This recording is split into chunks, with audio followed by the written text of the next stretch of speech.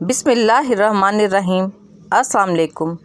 رسول اللہ صلی اللہ علیہ وسلم نے فرمایا، تم میں سے سب سے بہتر وہ ہے جو اخلاق میں اپنی عورتوں کے حق میں سب سے بہتر ہو۔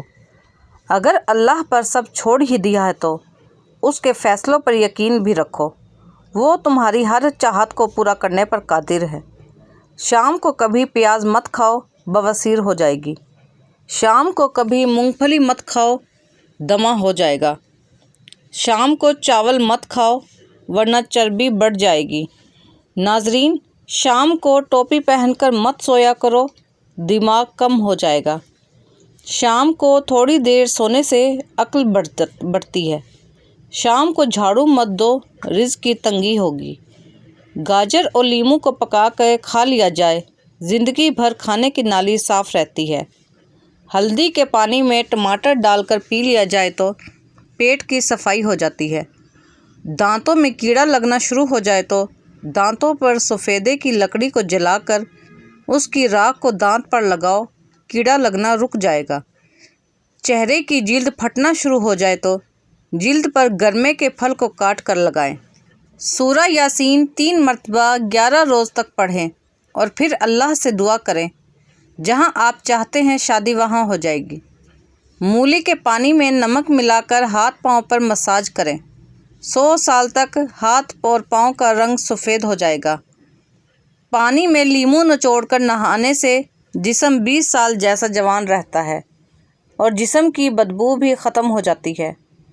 کھانے کا گرا ہوا ٹکڑا دسترخوان سے اٹھا کر کھانا اولاد میں خوبصورتی، رزق میں برکت اور تکبر ختم کرتا ہے۔ رات کے وقت ناف کے اندر تیل لگانے سے انسان کی عمر بڑھتی ہے اور دماغ بھی تیز کام کرنے لگتا ہے۔ قرآن کہتا ہے، اپنے دشمنوں کی چالوں سے پریشان نہ ہوا کر، بے شک تمہارا رب سب سے بہترین چال چلنے والا ہے۔ پیٹ سے آوازیں آنا، نظام ہاضمہ درست طریقے سے کام کر رہا ہے۔ ٹھنڈے پانی سے نہانا، اچھا لگنا، خون کی گردش مضبوط ہے۔ بغیر الارم کے آنکھ جلدی کھل جانا، ہارمونز متوازن ہیں۔ جلدی پسینہ آنا، جسم کا ڈیٹاکس سسٹم ٹھیک کام کر رہا ہے۔ دھوپ میں چھینک آنا، اعصابی نظام تیز اور فعال ہے۔ جلدی نیل پڑنا اور جلدی ٹھیک ہو جانا، مدافعتی نظام مضبوط ہے۔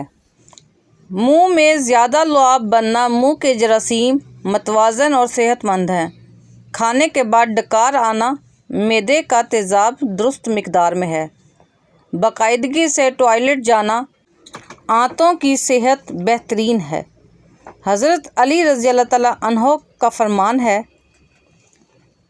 اگر زندگی کو ہمیشہ خوشیوں کے ساتھ گزارنا چاہتے ہو تو غم زدہ لوگوں کے غم سنا کرو، کبھی دکھی نہیں رہو گے۔ کھانا کھانے کے فوراً بعد پانی نہیں پینا چاہیے، کیونکہ ایسا کرنے سے ہمارا کھانا پتلا ہو جاتا ہے، جس سے کھانے کے ذرات بھی ٹھیک سے نہیں نگل پاتے۔ اس لیے 1 گھنٹہ یا 45 منٹ بعد پانی پئیں۔ جب جگر پر انسولین کا اثر کم ہو جاتا ہے تو جگر غیر ضروری طور پر مزید گلوکوز بناتا رہتا ہے۔ اگر بھوک کم لگتی ہو تو تھوڑا سا لیموں کا اچار کھانے سے بھوک بڑھنے لگتی ہے۔